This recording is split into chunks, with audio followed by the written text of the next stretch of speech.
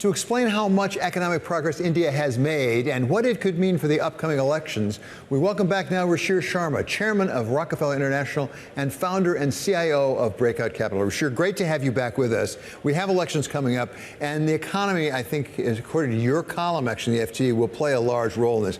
Give us your perspective on just how far India has come economically.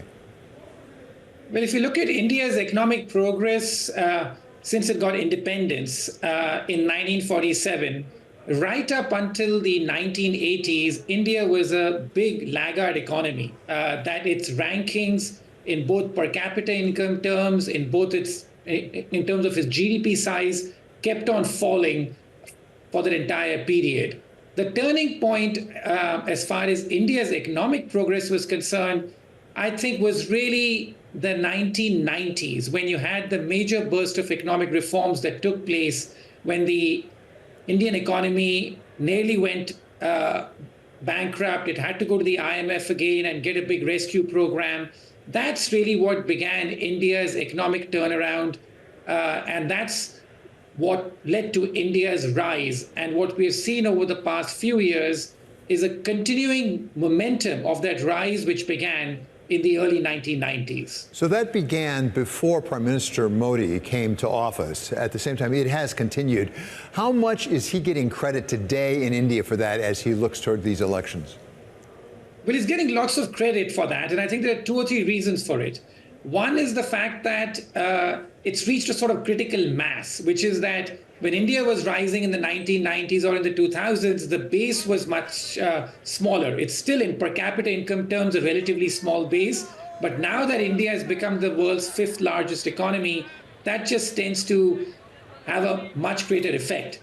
But in terms of his direct credit, I think that the one thing which is possibly underestimated is that how non-inflationary this growth has been over the last few years. That if you look at the previous growth spurts that India had, particularly in the preceding Congress government, one of the big problems was that it also led to a big surge in inflation. This time, inflation has been relatively low. And that is a big plus, because in politics around the world, economic growth may or may not matter, but inflation matters. Nothing kills the prospects of incumbents as much as rising prices.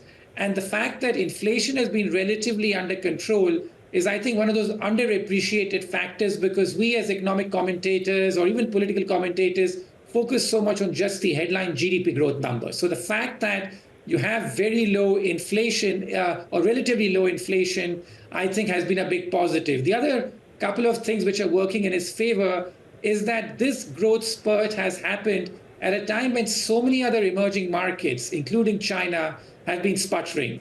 You point out in your Financial Times column, he also has managed his own press quite effectively. I mean, you have a quote in there that there's freedom of speech, it's not freedom from speech. The consequences of that speech, after speech, there's not so much freedom. So how has he managed that? And is there a trade-off there where they actually are giving up some of their civil rights in the interest of growth, which we've seen other places over time?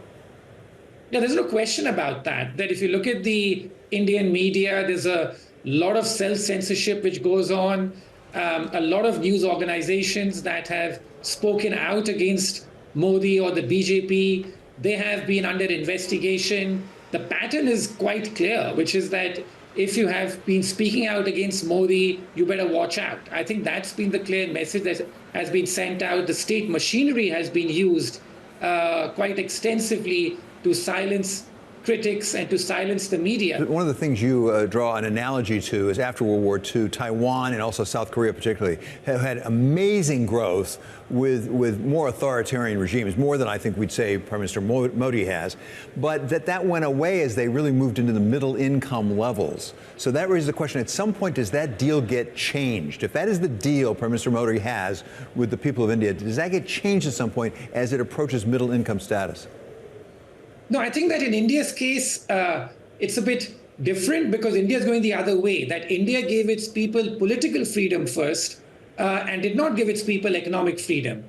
And so you didn't have much economic progress for the first 40 odd years of the new India, which emerged after British rule.